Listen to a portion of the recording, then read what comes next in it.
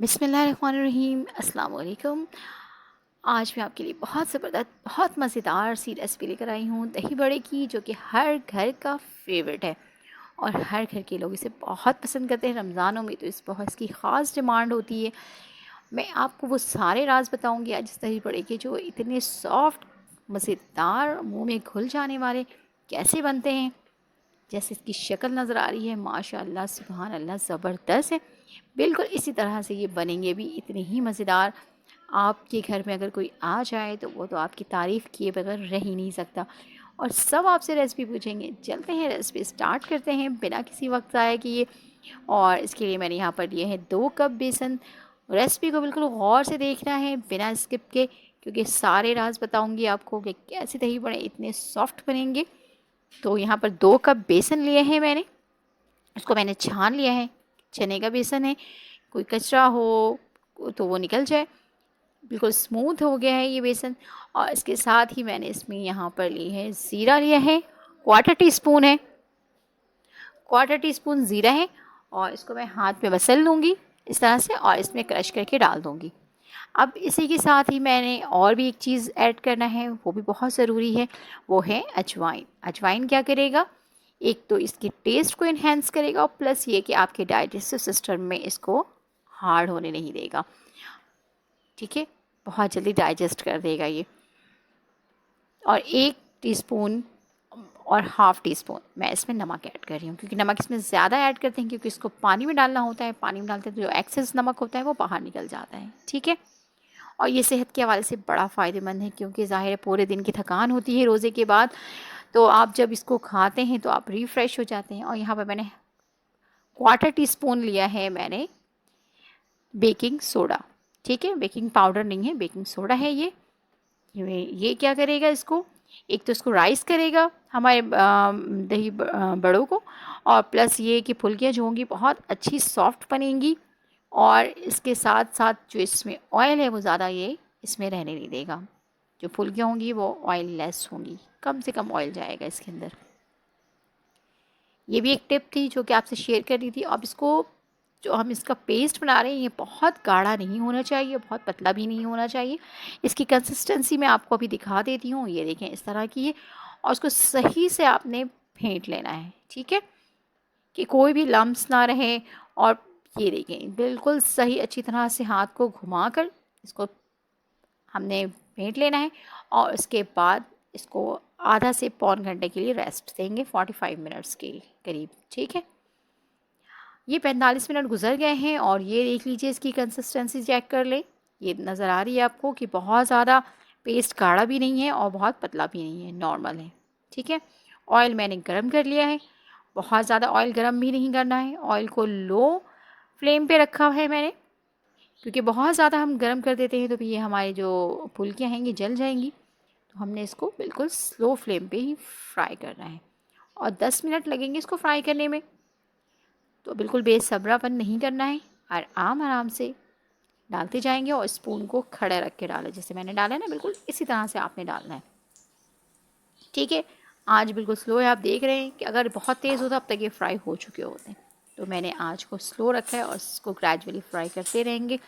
और तकरीबन ये 10 मिनट हो गए हैं, और जो हमारे जो बड़े हैं, ये फुल्कियाँ ये रेडी हो गई हैं। और इसका कलर देखें, ये कलर आपको लग रहा है कि बहुत डार्क हो गया है, तो कलर डार्क नहीं है। जब ये पानी में जाता है तो इसका कलर लाइट हो जाता है। तो ये इस तरह से अब ये इस स्टेज पे आ गया है कि ये अंदर से पक चुके हैं। अब मैं इसको बाहर निकाल दूँगी। ठीक है, और इसी तरह से इसको हम अब बाहर निकाल रहे हैं। और आपने क्या करना है, जब तक चैनल को लाइक करना है, सब्सक्राइब करना है, और बेल आइकन के बटन को प्रेस करना है, और शेयर भी करना है। ठीक है, और मुझे उम्मीद है कि मेरी यूट्यूब फैमिली ज़रूर शेयर करेंगी। और मेरी दुआ है अल्लाह अल्लाह ताला आप सबको अपने हिफ्ज़-ए-मान में रखे, रमज़ानों में ज़्यादा से ज़्यादा इबादत करने का मौका मिले आप सबको, और आपकी जो भी ख्वाहिशें हैं अल्लाह ताला उसको पूरी फरमाए, आमीन। अब ये देखिए, मैंने यहाँ पर इसको ठंडा कर लिया है। अब ये देखिए, इसमें कोई गुठलियाँ नहीं हैं, कोई लम्स नहीं हैं, माशाल्लाह बहुत ज़बरदस्त बने हैं। इसको बना के आप स्टोर भी कर सकते हैं। आप 1 से 2 महीने के लिए इसको एयर टाइट पैक में डाल दें, और उसके बाद आप उसको रख दें। यहाँ पे मैंने इसको पानी में डाल दिया है, क्योंकि बड़े पानी में ही डले हुए होते हैं और पानी में डालते हैं तो इसलिए कि जो भी इसका एक्सेस ऑयल है और जो इसमें एक्सेस नमक है वो सब निकल जाए। और जब फुल्कियाँ बने तो बहुत ही मज़ेदार यमी सब। इसको मैंने 30 मिनट के लिए रख दिया है। और जब तक हम दही तैयार कर लेंगे, यहाँ पे मैंने दही ले लिया है और दही में ये 300 ग्राम दही मैंने लिया है और इसमें 3 से 4 टेबल स्पून मैंने चीनी ऐड कर दी है इसमें, और 1 पिंच मैं इसमें नमक ऐड करूँगी और कुछ भी इसमें नहीं जाएगा। ये नमक डाल दी मैंने इसमें 1 पिंच, और अब इसको मैं फेंट लूँगी अच्छी तरह से। ये माशाल्लाह दही भी फट गई है हमारी, और अब मैं इसको साइड पे रखूँगी। ये देख लें दही बिल्कुल अच्छी तरह से फिट चुकी है। अब ये जो फुल्कियाँ हैं मैंने पानी में डिप करके रखे थे, आधा घंटे हो गए। अब इसके पानी को निकाल देंगे, और जब अब पानी निकलेगा इससे तो इसके साथ ही ऑयल भी निकल जाएगा और एक्सेस जो नमक है वो भी निकल जाएगा। और इस तरह से ये बहुत हेल्दी है आपकी सेहत के लिए, क्योंकि इसमें ना तो ऑयल है और ना ज़्यादा नमक है। अब इसी तरह से सारी फुल्कियों को हम इसका पानी निकाल लेंगे।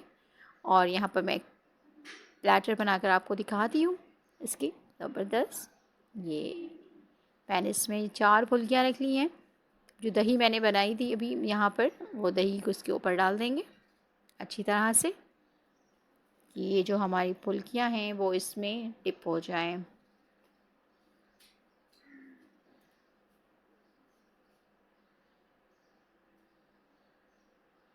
और इसके साथ बड़ी चटनियाँ और ये सब चीज़ें भी बनती हैं, तो मैंने पहले से चटनियाँ बना ली हैं, ग्रीन चटनी भी। आपको अगर रेसिपी चाहिए तो मुझे कमेंट्स करके ज़रूर बताएं। मेरे चैनल पे पहले भी चटनी की रेसिपी मौजूद है, सर्च कीजिएगा आपको ग्रीन चटनी की रेसिपी मिल जाएगी। इमली की चटनी की रेसिपी भी मैं आप बहुत जल्द आपसे शेयर करूँगी। अगर आपको चाहिए तो कमेंट्स ज़रूर कीजिएगा मुझे। बहुत मज़ेदार सी रेसिपी है इसकी भी, चटनी की। और ये तो एक दफ़ा बनाकर आप स्टोर कर लें 2 से 3 माह के लिए, ये काफ़ी दिन तक चलती है ये चटनी।